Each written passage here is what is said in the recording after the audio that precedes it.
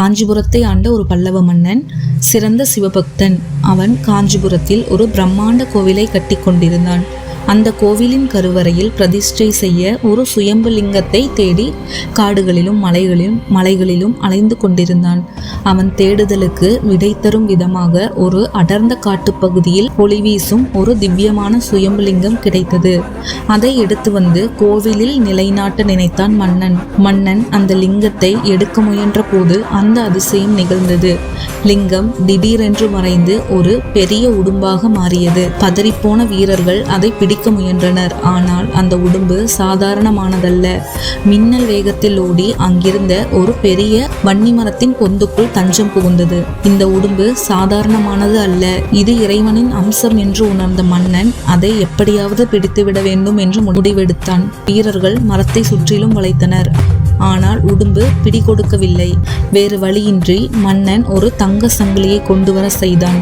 உடும்பின் வாளில் அந்த சங்கிலியை பிணைத்து யானைகளை வைத்து இழுக்க சொன்னான். யானைகள் தன் முழு பலத்தை கொண்டு இழுத்தன. உடும்பு மரப்பொந்துக்குள் இருந்து நகலவே இல்லை. ஒரு கட்டத்தில் உடும்பின் உடல் அந்த அதீத விசையினால் காயப்பட்டு அதன் உடலில் இருந்து ரத்தம் கசிய தொடங்கியது.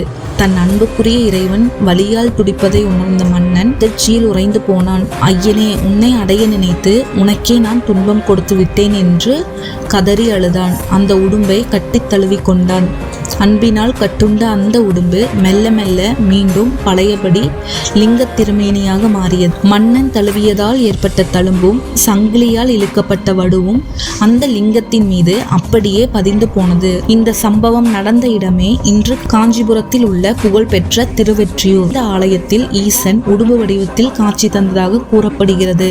இன்றும் அந்த லிங்க திருமேனி உடும்பின் தழும்பும் மன்னன் கட்டி தழுவிய வடுவும் இருப்பதை காணலாம். உடும்பு பிடி என்பார்கள் அல்லவா? இறைவனும் தன் பக்தனை ஒருமுறை பிடித்து கொண்டால் விடமாட்டான் என்பதற்கு இந்த உடும்பு லீலையே சாட்சி. மன்னனின் அறியாமையால் ஏற்பட்ட காயத்தை தழும்பாக ஏற்றுக்கொண்ட அந்த கருணை கடல் இன்றும் பக்தர்களுக்கு அருள்பாலித்து கொண்டிருக்கிறார். அதே தழும்புடன் அன்பிற்கும் உண்டோ அடைக்கும் தாள். மன்னன் ஆயிரக்கணக்கான யானைகளை வைத்து சங்கிலியால் இழுத்த போது ஈசன் அசையவில்லை. ஆனால் மன்னன் கண்ணீர் விட்டு தழுவிய போது அப்படியே குலைந்து போனார்.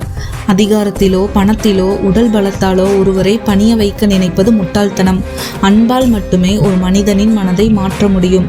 கடினமான இதயத்தையும் கரைக்கும் சக்தி அன்பிற்கு மட்டுமே உண்டு. இறைவன் ஏன் உடும்பு உருவம் எடுத்தார்? உடும்பு ஒரு முறை ஒரு இடத்தை பிடித்து கொண்டால் உயிரே போனாலும் விடாது. உங்கள் லட்சியத்திலும் உடும்பு பிடி போன்ற உறுதி இருக்கட்டும். தடைகள் வரும்போதும் பின்வாங்காமல் பிடிவாதமாக உழைத்தால் வெற்றி தானாக தேடி வரும். ஈசன் தன் திருமேனியில் ஏற்பட்ட அந்த சங்கிலி தழும்புகளை மறைக்கவில்லை. மாறாக அதை தன் பக்தனின் அடையாளமாக இன்றும் தாங்கி நிற்கிறார். வாழ்க்கையில் நமக்கு ஏற்படும் வலிகளும் அவமானங்களும் காயங்களும் நம்மை அசிங்கப்படுத்துவதில்லை. அவை நாம் கடந்து வந்த பாதையின் சாட்சிகள். அந்த வடுக்களை கண்டு வெட்கப்படாமல் அவை உங்களுக்கு கொடுத்த அனுபவத்தை பெருமையாக நினையுங்கள். மன்னன் காடு மேடெல்லாம் அலைந்து தேடியதால் தான் ஈசன் உடும்பு வடிவில் அவனுக்கு காட்சி தந்தார். வாய்ப்புகள் உங்கள் கதவை தட்டாது, நீங்கள் தான் தேடி செல்ல வேண்டும். உண்மையான தேடலும் தாகமும் இருப்பவர்களுக்கு இறைவன் ஏதோ ஒரு ரூபத்தில் உடும்பாகவோ அல்லது ஒரு மனிதனாகவோ நிச்சயம் வழிகாட்டுவார். யானை பலம் இருந்தாலும் அதிகாரத்தால் இறைவனை நெருங்க முடியாது.